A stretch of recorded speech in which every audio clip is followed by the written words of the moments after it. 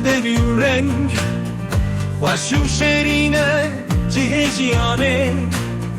Gel serfiraz be azadî şîrîn e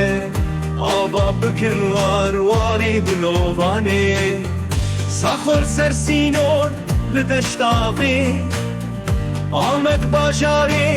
egîdên mêrxas Mûsil û Hewlêr bi reng û gulan Dixemilînin Duhoka Behdînan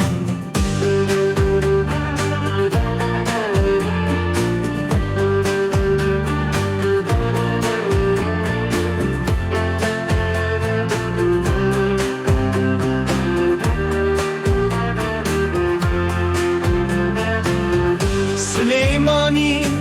Kerkûk ciwanin Ûrmiye Mehabad Sinê û kirmanşan Bane û xaka îro zerdeşt Hemû bihevre baxçeyê gulan Xweş bajarê